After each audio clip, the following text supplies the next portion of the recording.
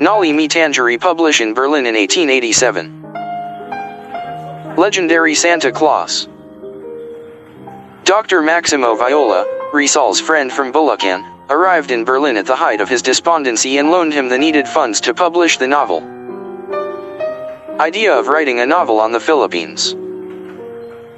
Harriet Beecher Stowe's Uncle Tom's Cabin, book which portrays the brutalities of American slave owners and the pathetic conditions of the unfortunate Negro slaves.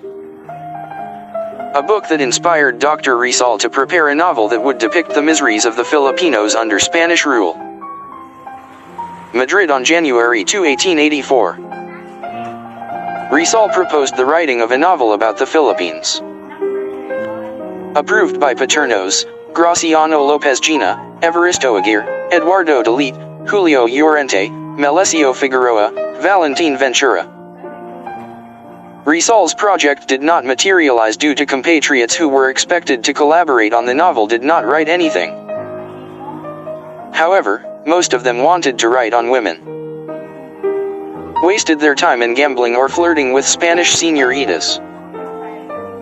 He was disgusted and decided to write the novel alone. The writing of the Noli.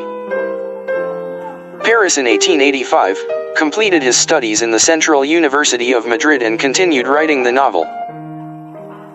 He finished half of the second half of the chapters. He finished the last fourth of the novel in Germany. Wrote the last few chapters of Noli in Wilhelmsfeld from April-June 1886. Viola, savior of the Noli. Maximo Viola arrived in Berlin a day before Christmas Day of 1887. He was shocked when he found Rizal living in poverty and deplorably sick due to lack of nourishment. Seeing his friend's struggle and poor conditions, he gladly lent him a hand. He loaned him some cash for living expenses and as well as funding the printing cost of his novel. After Christmas season, Rizal put the finishing touches on his novel. To save printing expenses, he deleted certain passages and chapter of Elias and Salome.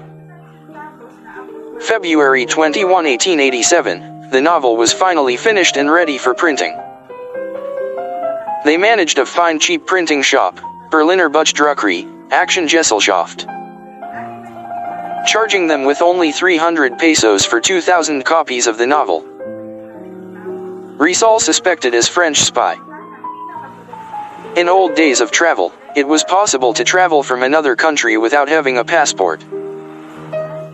This led the German police to suspect as a French spy because Rizal doesn't have any passport to show.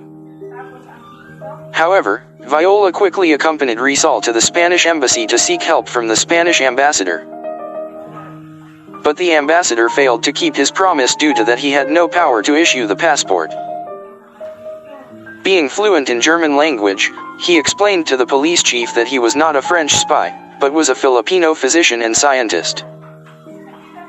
The chief was impressed by his explanation and fascinated by his mastery of the German language and personal charisma, so the police chief allowed him to stay freely in Germany. Printing of the Noli finished.